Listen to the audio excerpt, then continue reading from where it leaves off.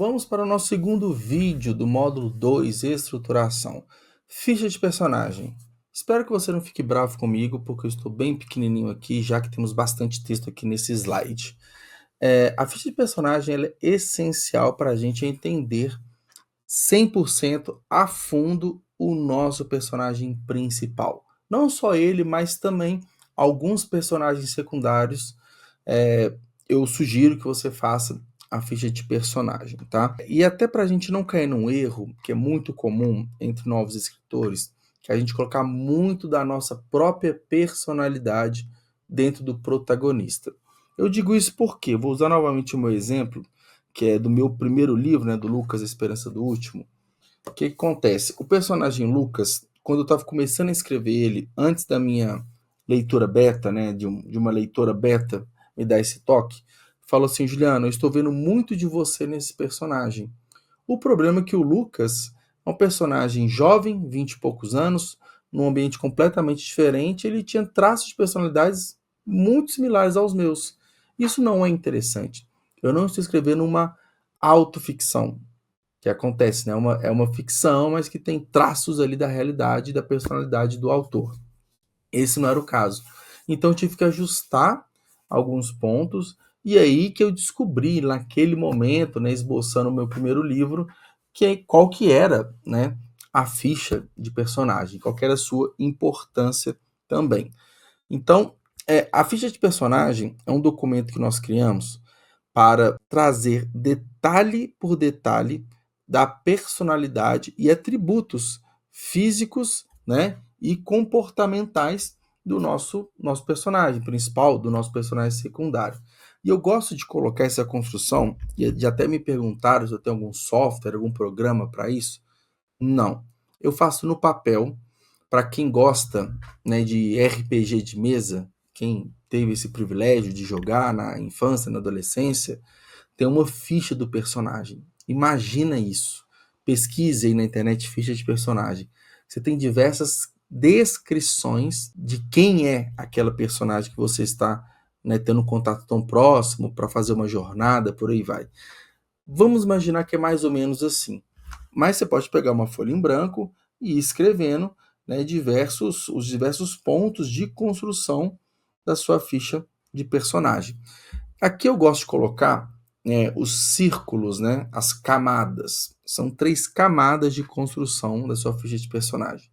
Nós temos a camada periférica, a camada de entorno e a camada central, tá? Entendendo como algo mais amplo, mais fácil de ser preenchido, até o núcleo central, que é o mais difícil de você imaginar do seu personagem. A camada periférica é a descrição física e as informações, os dados do seu personagem.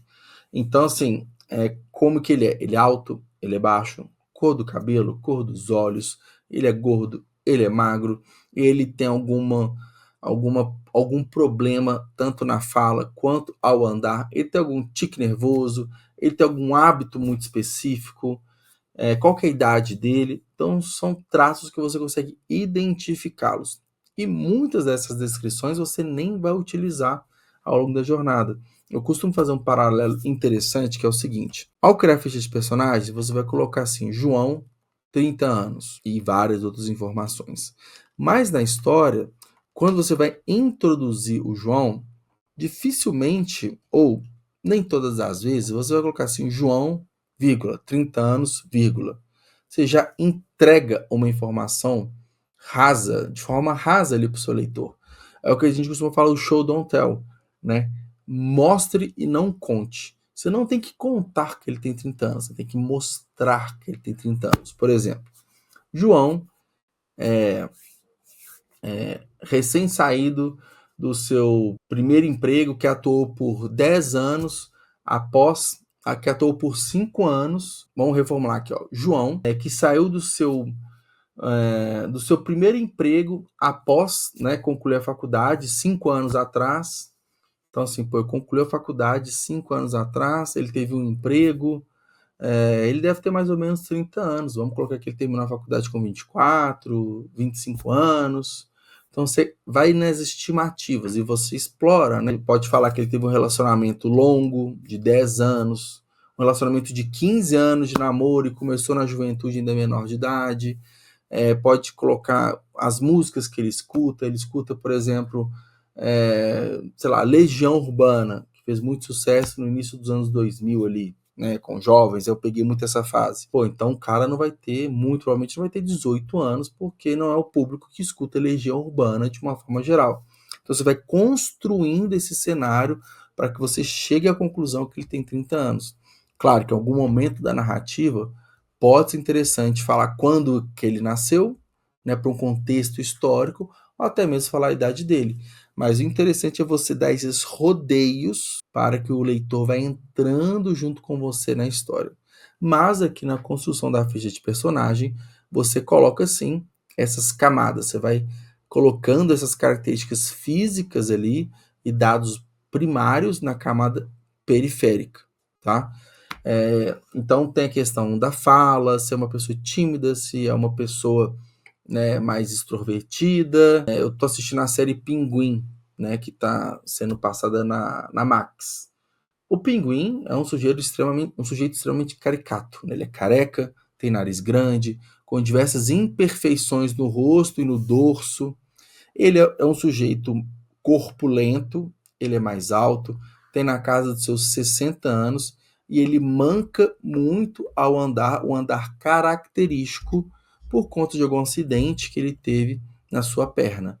Então, você faz essa descrição detalhada, você vai levar minutos ali descrevendo, imaginando o seu personagem, ele está muito claro na sua cabeça. E quando você for inseri-lo na história, você não vai fazer essa descrição direta.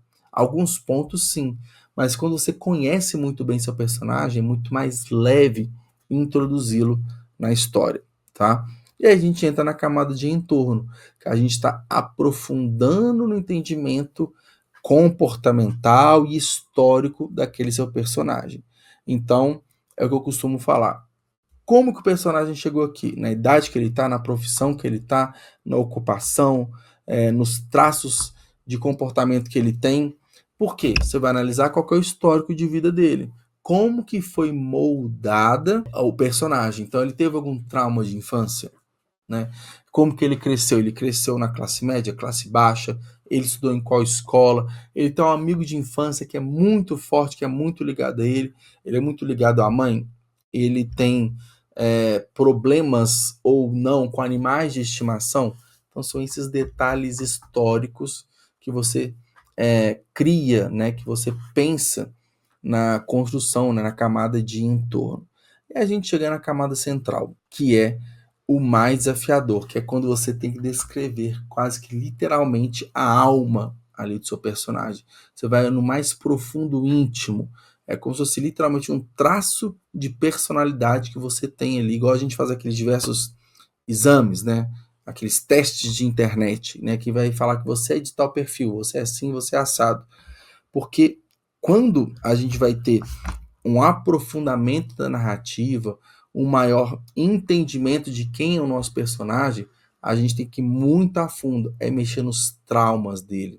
Quais são as principais motivações? Qual que é aquilo que ele leva, um evento específico que rolou na infância, que por conta desse evento, o seu personagem ele desenvolveu traços de sociopatia. O porquê que ele é tão tímido? O porquê que ele é tão extrovertido? O porquê que ele lida tão bem com pessoas. Então, a origem de tudo isso é a camada central. E quando você tiver todas as informações compiladas, você naturalmente vai entender de trás para frente, de cima para baixo, todos os detalhes do seu personagem. Você vai ter muito mais intimidade com ele e vai ser importante até para fazer um contraponto na criação de outros personagens, como o antagonista. Então, o antagonista ele vai ter um perfil X, seu protagonista um perfil Y, são perfis de confronto, né, que eles vão confrontar um com o outro ao longo da narrativa, mas você vai ter personagens que vão auxiliar o seu protagonista. Então, a ficha desse personagem auxiliar, ele tem que ter um comportamento, o santo tem que bater com o seu protagonista, para que eles consigam criar uma sinergia na história, tá? Então, fique muito atento a essas 3 camadas de construção do seu personagem. E aí, né, como criar, né, um personagem atraente. você fez essa ficha. Mas aí, como entregar essas informações da ficha para o seu leitor. Todo personagem, ele tem que ter um objetivo e motivação na trama, né? Isso esbarra muito com o conflito, né? O conflito é sempre aquele gatilho, aquela fagulha que vai motivar, né, não só o protagonista, mas o antagonista no desenvolvimento ali da sua história. Até resumidamente falando aqui, o conflito ele pode ser contra a tecnologia, né, nos livros de ficção científica, de distopia, de futurismo, né? Pode ser contra a natureza, então se a gente está falando de uma ficção pós-apocalíptica mesmo, através de um fenômeno natural, como a queda de um meteoro, como uma onda gigante, um tsunami. Então você parte do conflito ali né, com a natureza. Você pode ter um conflito consigo mesmo, né? Você tem diversos conflitos internos, a gente vê muito isso numa ficção urbana. Então, tem diversos tipos de conflito e ele só vai ser bem desenvolvido se você tiver um personagem bem construído e bem motivado para superar esse conflito, tá?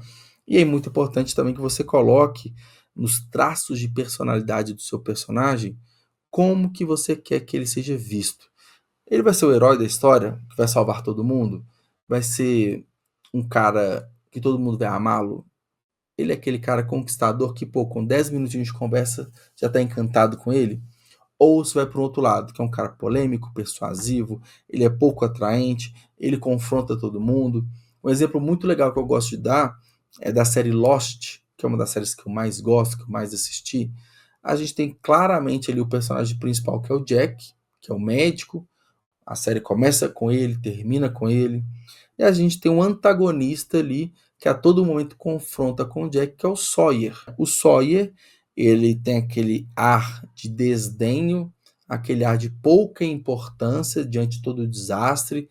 Ele é arrogante, ele é irônico, ele é polêmico, porque ele toma diversas decisões polêmicas, mas ao mesmo tempo ele é extremamente atraente. Tanto é que muitas pessoas são extremamente fãs dele porque esse jeito de contrapor o jeito mocinho, o jeito de bom moço do Jack, que às vezes irrita, então olha como que balanceia um perfil do outro. E esse equilíbrio você tem que entregar ao longo da sua narrativa para atrair bem o leitor, né?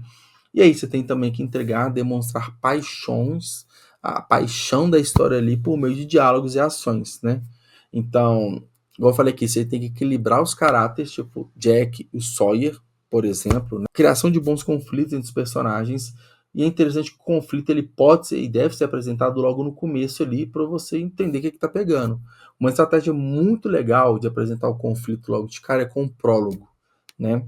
Então, é muito comum, né? Eu venho aqui da ficção pós-apocalíptica, o prólogo ele vai te colocar no meio de uma corrida de um cara sobrevivendo a uma horda de zumbis. Ele aconteceu isso, aquele tá naquela correria, vum, e acaba. Opa, então já sei que o livro vai se passar, né? Toda uma construção de narrativa vai rolar por conta dessa horda de zumbis que estão atrás dos seres humanos. Então, aí o primeiro capítulo ele começa mais lento, geralmente vai contextualizar onde vive aquele personagem, com quem que ele vive, se ele tem uma condição financeira boa, se ele está bem protegido ou não, no caso de Apocalipse Zumbi, se ele é o líder, se ele não é o líder, qual que é a ocupação, você vai situar onde o cara está. Mas no prólogo você entregou uma ação muito legal, muito frenética, que o leitor já pode esperar que mais para frente vai pegar uma ação muito grande também. E também você tem que entender e definir qual o impacto que cada personagem vai ter. Não é porque você desenhou 3, 4 fichas de personagem que eles vão ter o mesmo impacto na sua obra. Não vai ter.